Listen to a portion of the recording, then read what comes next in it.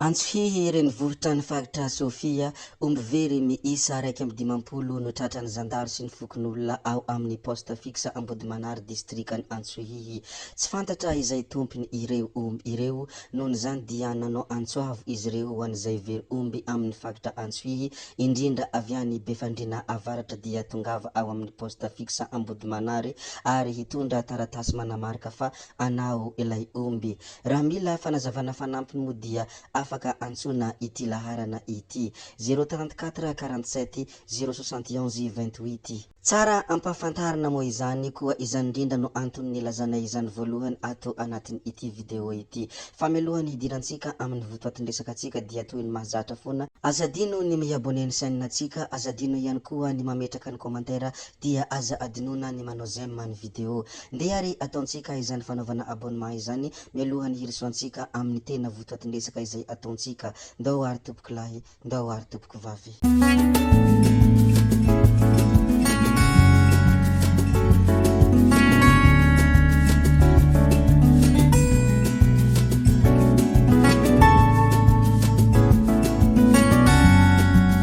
Ity hitantsika amin'ny sary ity moa dia nisy posy iray izay nijanona tamin'ny sisin-dalana ka nirofiny camion teny amin'ny gare routière alohan'ny selany omaly.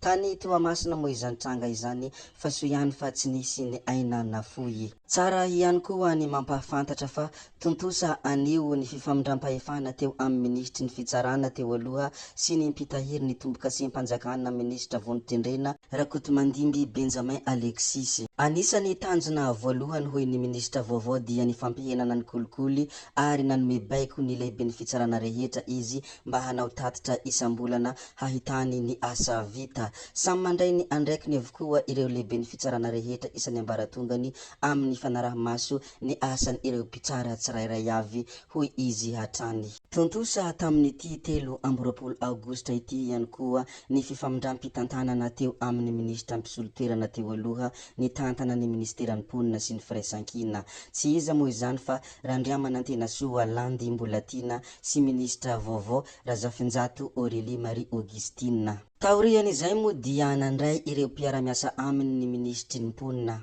Anisany navita ny famindram-pitantanana ihany koa ny ministra eo anivon'ny ministera ny fampiroboroboana ny industria sy ny varotra. Nanome toky ny ministra David Herzora Lambofiringa fa ho tsara tantana ny ministera ary ho amin'ny tombotsoan'ny vahoaka malagasy ny iraka ampanaoviny filoham-pirenena azy. Tsara moa ny mampahafantatra fa ny alohan'ny famindram-pahefana dia nampiatsiahy ny asa vita teo anivon'ny ministera nosahaniny ny ministra teo aloha Edgar Razafindravahy. Rehefa voalaza sy voaresaka moa ny mikasika an'izay fifamindram-pahefana sy fifamindram-pitantanana izay, ndeha resika hiresaka zavatra hafa indray. Diocèse ny Antsiranana tonga nitsidika ny asa fananganana ny ekara François ao mavokatra ny filoham-pirenena Andry Rajoelina. Anisany nitondra tohana amin'ny fanamboarana ity fiangonana ity ny filohaka androany zoma 3 amby 20 aogositra dia tonga nitsidika tany antoerana ny tenany niaraka tamin'ny prime ministre lehibe ny gouvernemanta ny Saint Christian ary ny filohany antermera am-pirenena Tokely Justin sy ireo tompon'andraikitra any amin'ny faritra. Tamin'io ihany koa moa no nampahafantarany Benjamin Marc Ramarson artsevekany Antsiranana fa mizotra tsara ny asa izay atao amin'ny fanorenana. Natao ihany koa ity asa ity noho ny fitomboany mpino. Zay moa ny mikasika diocèse ny Antsiranana izay natongavany filohany tsidika ny asa fananganana. Hitantsika moa ireto sary mahafinaritra ireto, anisany sary fanehoana ny amin'ireo rehetra izay notansaina teo. Zay moa ny mikasika ny filoham-pirenena Andry Nirina Rajoelina sy ny prime ministre lehibe ny gouvernemanta ny Saint Christian ary ny filohany antermera am-pirenena Tokely Justin. Fandeha resika hijerikely ny zavatra izay nolazainy radio Mangarahara ny tao anatin'ny compteny sy ny pageny. Toy izao moa ny fanambarana sy ny vaovao izay navoaka ny radio Mangarahara. Tsy ampy ny fitaovana eo ampelantanan'ny mpitandro filaminana, sahirana tanteraka ny mpitandro filaminana manatanteraka ny asany indrindra eo amin'ny fitadiavana hitondrana ny fandriam-pahalemana. Tsy misy teti-bola natokana hitondrana ny olona ny toriana na ireo olona voasambotra tokony ho entina eo anivon'ny fitsarana. Andraikitry ny mpitory tanteraka ny mandoa ny fandaniana rehetra mahakasika izany, io no fanazavana no entiny tompon'andraikitra iray tao Amandritsara raha nampiantso ny mpanao gazety. Rariny ka tena rariny hoy ny mpanara-baovao maro raha mandringa ny asa fitandrona filaminana ao Amandritsara. Tokony omena fitaovana rehetra ilaina amin'ny fanaovana ny asan'ny mpitandro ny filaminana sy ny fitsarana. Iny ihany koa moa ny mikasika ny zavatra izay navoaka ny radio Mangarahara fandeha ary hojerevantsika kely ny hafatra izay nomeny ny Rado Rafalimanana. Tsy hanao politika intsony aloha i Rado Rafalimanana ary nihaona tamin'ny mpanao gazety izy androany. Ny Rado Rafalimanana moa dia efa kandida filoham-pirenena tamin'ny taona 2024 sady filoham-panorina ny fanahy olona ka nilaza fa tsy hanao sy tsy hiresaka politika intsony aloha. Hifantoka betsaka amin'ny fandraharahana kosa izy hanampiana ny malagasy indrindra ny tanora ka hisy tetikasa hatsangany amin'ny volana septambra ho avy izao. Miantso ny mpanao politiko ny Rado Rafalimanana mba hamantatra any Madagasikara aloha. Miainga avy any fotony ihany mantsy hoy ny nambarany no ahafahana manavitra any Madagasikara ary mila mihaino ireny olona ireny ny mpanao politika.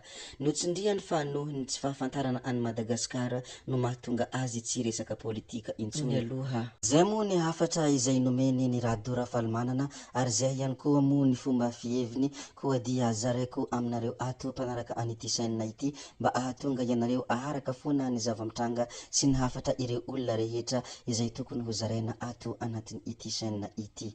Ny manaraka izay ho resantsika moa dia resaka Tantinina Fabiola. Tonga nitsidika sy nitondra fanampiana ho an'i Damianina i Tantinina Fabiola. Ary rehefa avy nitsidika an'i Damianina moa i Tantinina Fabiola dia nilaza ny fahatsapany izy ary nilaza ny fihetseham-pony ihany koa. Toy izao moa ny fihetseham-po izay navoaka ny Tantinina Fabiola.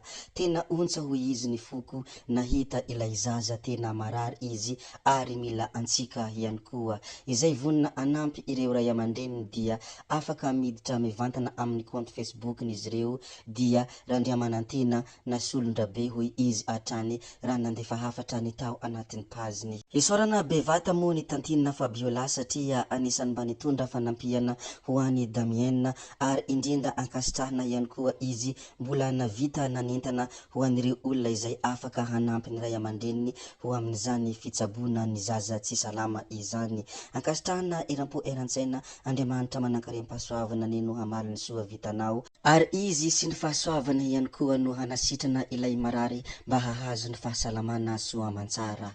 Zay koa moa ny namarana ny videontsika ary tompoko vavy sy tompoko lahy koa dia ankasitrahana ianareo navita ny haino hatramin'ny farany ary mbola entanina foana ny mbola hanaraka ny video manaraka izay alatsakay misesisesy ato. Zay fa tsy ataonay lavan'ny resaka hametra beloma izahay ody izahay saodia fa ianareo kosa mazotoa amin'ny zavatra rehetra izay atao veloma vetivety fa tsy hoe veloma mandrakizay amin'ny manaraka indray no manao ny misimisy. Veloma tompoko lahy, veloma tompoko vavy, gaby hoe tsao tsao amin'ny manaraka indray io.